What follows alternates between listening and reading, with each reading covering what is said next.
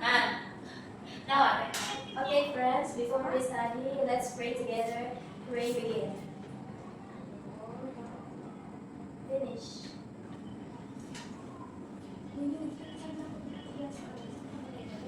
So today we will learn this descriptive text related to Indonesian culture. That is the origin of Sinonggi. Minggu lalu kan kita sudah pelajari apa itu descriptive text ya. Jadi saya anggap kalian semua sudah tahu. Jadi saya anggap kalian semua sudah tahu dan paham seperti apa itu descriptive text. Jadi sekarang kita lanjutkan di materi selanjutnya, yaitu tentang budaya di Indonesia, khususnya di Sulawesi Tenggara.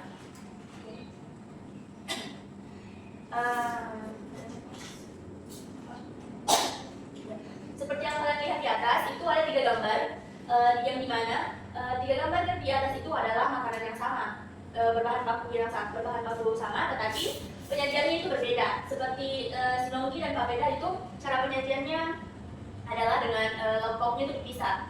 Sementara untuk kapurung, lauk pauknya itu dicampur. Itu yang jadi perbedaannya. Let's get to know what Sinonggi is. Can anyone read this? Caca. Sinonggi is traditional staple food origin from Southeast Sulawesi, especially the Golaki people. It is a local adaptation of sago, processed into a chew dish and served with side dishes. They are similar to papeda in Maluku and Papua. Sinonggi has its own unique history, preparation method, and cultural value within the Golaki community. Oke, thank you Caca. Jadi, Sinonggi adalah makanan pokok tradisional yang berasal dari Sulawesi Tenggara, khususnya suku Tolaki. Makanan ini merupakan adaptasi lokal dari sagu. Diolah menjadi hidangan kenyal dan disajikan dengan lauk pauk. Meskipun mirip dengan papeda papeda di Maluku dan Papua, Sinonggi memiliki sejarah, metode persiapan, dan nilai budaya yang unik dalam komunitas Tolaki. Maaf ya, suaranya belum sedikit terganggu. Soalnya tadi suara santai.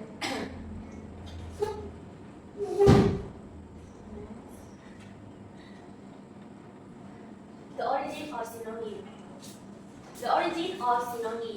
So, the origin of Sinonggi are deeply rooted in the availability and utilization of the sago plant or nitroxylan sagu like environment and food security. Jadi asal-usul Sinonggi berakar kuat pada ketersediaan dan pemanfaatan pohon sagu seperti lingkungan dan ketahanan pangan. For the environment, the Southern Sulawesi region with its swampy and humid lowland condition is ideal for sagu plant growth. Jadi wilayah Sulawesi Tenggara dengan kondisi dataran rendahnya yang berawa dan lembab sangat ideal untuk pertumbuhan sagu. And then food security. Sago is known as an abundant and readily available sources of carbohydrate, making it a reliable staple food for the Tolaki people since ancient times. It provides a solution for food security in areas where rice cultivation may be difficult. Untuk ketahanan pangan, sagu dikenal sebagai sumber karbohidrat yang melimpah dan mudah didapat, menjadikannya makanan pokok yang dapat diandalkan bagi masyarakat Tolaki sejak zaman dulu. Sagu juga memberikan solusi untuk ketahanan pangan di daerah-daerah di mana budidaya padi mungkin sulit dilakukan. Next, history and position. Sinonggi is more than just food. It holds a significant place in Tolaki traditional like rice substitute, traditional food, and then philosophy. Jadi Sinonggi lebih dari sekedar makanan, tetapi Sinonggi juga memegang tempat penting dalam tradisi Tolaki seperti pengganti beras, makanan tradisional, dan filosofi. First, rice substitute, yaitu Sinonggi sebagai pengganti beras. So, historical Sinonggi has been a staple food, serving as a substitute for arise, which may have been more difficult to option or grow in the past. Jadi, secara historis sinonggi telah menjadi makanan pokok berfungsi sebagai pengganti beras yang mungkin lebih sulit diperoleh atau ditanam di masa lalu. Then traditional food.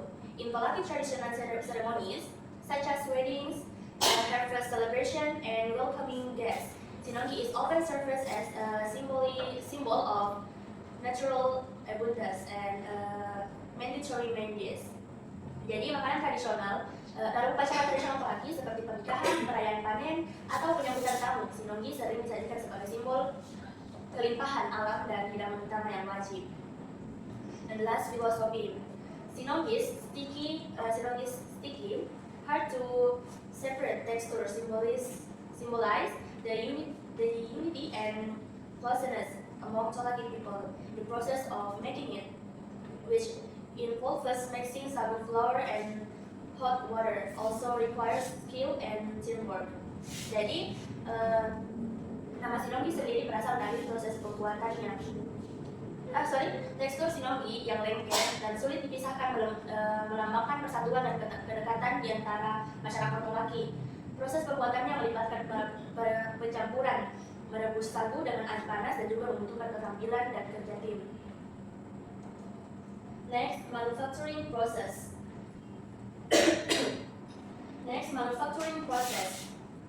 So, the name sinonggi itself comes from the process of making it from sagu stretch, minonggi process, and then how to eat. First, sagu stretch.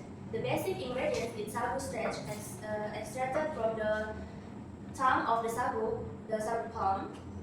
This stretch is drilled to make sagu flour.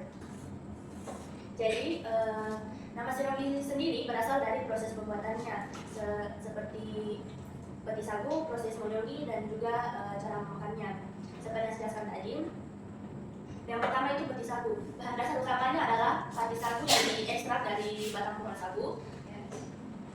Pati ini dikeringkan untuk membuat tepung sagu.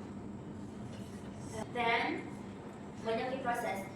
The term minonggi atau mosonggi refers to the process of mixing sagu flour with boiling hot water until the starch turns into a sticky, transparent, or milky white dough. Jadi proses mosonggi itu istilah minonggi atau mosonggi merujuk pada proses pencampuran tepung sagu dengan air mendidih hingga pati berubah menjadi adonan yang kental, lengket, transparan, atau putih susu. The last how to eat. Sinonggi is served with various side dishes such as yellow fish soup or kasua, atau yang biasa dikenal dengan sebutan kasuami. Ada yang tahu masuk kasuami? Ya, apa itu Tiana kasuami? Kasuami itu kayak ubi tapi ditumbuk, tapi ada juga campuran kayak bawangnya, sagu dan lain sebagainya. Itu biasa itu terkenal di daerah Buton, ya, betul sekali. Ya, betul sekali. Tepuk tangan untuk kalian. The unique way of eating it, using two wooden skewers or your hands to pick it out, is also a distinctive feature.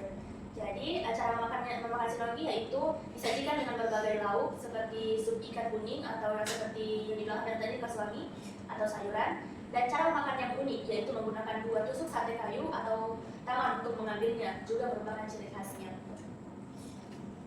Next, the different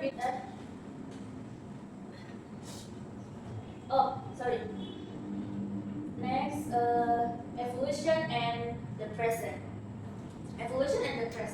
Although rice now dominates, sinonggi remains a cultural and culinary heritage, like cultural preservation and culinary attraction. Meskipun beras kini mendominasi, sinonggi tetap menjadi warisan budaya dan kuliner seperti pelestarian budaya dan tari kuliner. For the cultural perception, the younger generation of Tolaki continues to be taught how to make and serve sinonggi. Di generasi muda Tolaki terus diajarkan cara membuat dan menyajikan sinonggi. And sinonggi is now one of Southwest Sulawesi's culinary highlights.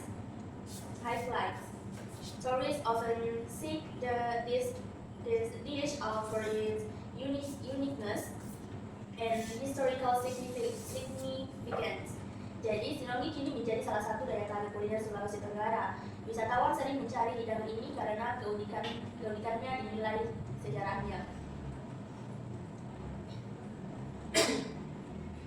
So, sinonggi is a manifestation of the local wisdom of the Tolaki people in utilizing natural resources as a source of life. More than just a dish, sinonggi is a guardian of tradition, a symbol of unity, and a reflection of the food history of Southern Sulawesi. Jadi, sinonggi merupakan perwujudan dari kearifan lokal masyarakat Tolaki dalam memanfaatkan sumber daya alam, yaitu sagu, sebagai sumber kehidupan. Lebih dari sekedar hidangan, sinonggi adalah penjaga tradisi, simbol persatuan, dan cerminan sejarah kuliner Sulawesi Tenggara. So, any question? Tenis. Mengapa wilayah Sulawesi Tenggara ideal untuk pertumbuhan pohon sagu? Ya, jadi pertanyaannya dia itu mengapa Sulawesi Tenggara ideal untuk pertumbuhan pohon sagu? Karena Sulawesi mempunyai dataran rendah yang berawa dan lembab, itu yang menjadi penyebab sehingga banyak di Sulawesi tumbuh pohon sagu. Karena biasa kan kalian lihat di pinggir-pinggir jalan begitu yang ada yang di pinggir jalan kayak pohon-pohon kecil begitu, terus ada airnya, orang-orangnya. Saya pernah lihat di pinggir jalan begitu, pohon sagu ini kalau di pinggir jalan. Saya yang berduri. Nah, iya, Kayak pohon sawit. Ya, jadi memang dia itu tumbuhnya di dataran lembab. So anyone? Ya, Sinta. Saya mem. Bagaimana cara penyajian dan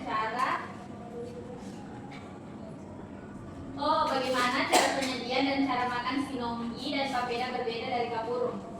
Ya, jadi sinonggi dan papeda itu disajikan dengan lauk terpisah,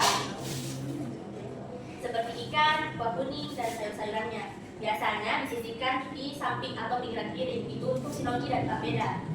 Ya, mengerti Sinta? Mengerti, mem. Sementara kapurung yang biasanya dibuat oleh orang-orang Bugis gitu kan, itu dia dicampur dari ikannya, sayurannya, terus kacangnya itu kan semua dicampur. Iya, mem. Tidak seperti papeda sama sinonggi. Tapi dia sama-sama tidak sama. Iya, makanya tadi awal saya bilang ketiganya itu terbuat dari bahan baku yang sama, tetapi dengan penyajian yang berbeda. Jadi sudah paham ya semua tentang apa itu sinonggi? Paham. Ya, jadi boleh kita lanjut ya. Tenis. Ini di materi terakhir kelas. The difference between sinonggi, papeda, and kapurung.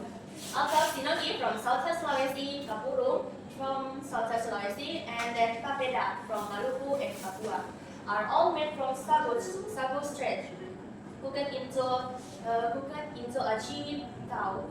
They differ significantly in texture, presentation, and overall flavor.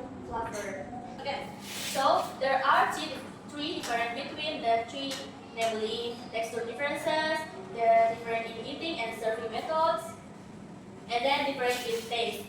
For texture differences, sinonggi and papeda would have very similar texture, thick, sticky, and elastic, porridge like glue. The mixture is served in one large lump of spun into generous portions. For kapurung, unlike the other two, kapurung is formed into small ball about the size of marbles. Before being served in the soup, its texture is denser and less sticky than papeda sinonggi. Jadi untuk perbedaan teksturnya itu untuk Shinongi dan Papeda, keduanya memiliki tekstur yang sangat mirip, yaitu berbentuk bubur kental, lengket, dan elastis seperti lem. Campuran ini disajikan dalam satu gumpalan besar atau disendok dalam porsi yang banyak. Sementara untuk kapuru, berbeda dengan dua jenis lainnya, kapuru dibentuk menjadi bola-bola kecil, yaitu seukuran kelereng, sebelum disajikan dalam sup. Teksturnya lebih padat dan tidak terlalu lengket dibandingkan Papeda dan Shinongi. For different eating and serving methods, Shinongi and Papeda both are eaten by picking up or rolling the sago top with cup sticks or a fork. The slurping or swallowing it along with a accompanying sauce. The sago and sauce are mixed in the mouth or in a small. Meanwhile, kapurung, the broad side dishes, vegetables, and sago balls are mixed together in a serving bowl like a soup dishes. Jadi untuk Shinongi dan Papeda, keduanya dimakan dengan mengambil atau menggulung adonan sagu menggunakan sumpit atau garpu, kemudian diseruput atau ditelan bersama saus yang menyertainya. Saus yang dimaksud itu kuah, ya. Sagu dan saus dicampur di dalam mulut atau di dalam mangkuk kecil. Sementara itu untuk kapurung, kaldu, lauk pauk, sayuran, dan bola sagu dicampur bersamaan dalam semangkuk saji, seperti hidangan sup. And last, different in taste. Shinongi and Papeda, sago itself is plain or natural.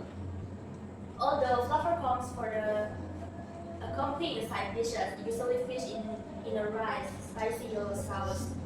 And then kapurung, sago mixed with a rice, flavor sauce. Then kapurung, sago mixed with rice, flavor sauce. The sauce often has sour from starfruit, young mango, and savory from spices and ground peanuts, flavor, making kapurung's flavor much more complex than the natural sago flavor or Papeda.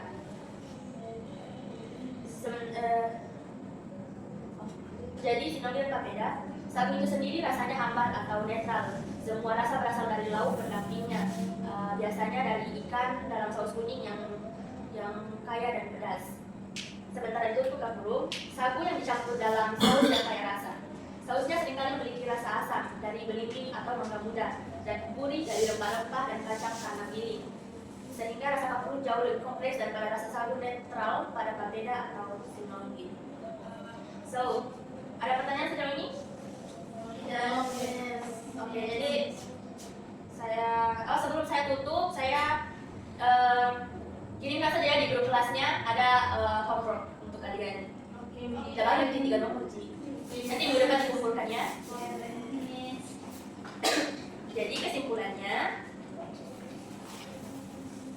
itu Shinongi adalah makanan pokok tradisional masyarakat Tolaki di Sulawesi Tenggara yang terbuat dari padi sagu, melambangkan kearifan lokal dalam ketahanan pangan dan berfungsi sebagai simbol persatuan dalam upacara tradisional. Meskipun mirip dengan Papeda dari Maluku, Papua, dan kapurung dari Sulawesi Selatan, karena sama-sama terbuat dari sagu, ketiganya memiliki perbedaan signifikan, yaitu Shinongi dan Papeda memiliki tekstur yang sangat lengket dan kenyal seperti lem, disajikan terpisah dari lauk, biasanya sup ikan kuning, sehingga rasanya netral dan diperoleh dari kuah yang diseruput bersama sagu. Sebaliknya, kapurung disajikan dalam bentuk bola-bola kecil, sagu yang dicampur dalam kuah yang kaya rasa, yang seringkali memiliki karakter asam dan gurih dari rempah-rempah. Jadi Miss bikin cukup sekian ya untuk materi hari ini. Nanti kita ketemu di next week. Untuk tugasnya jangan lupa dikerjakannya dan dikirim, dikumpulkan minggu depan. Soalnya bisa dirubah kan masuk di situ. Jadi Miss kirimkan saja untuk di grup kelasnya. Oke, in conclusion, wassalamualaikum warahmatullahi wabarakatuh and see you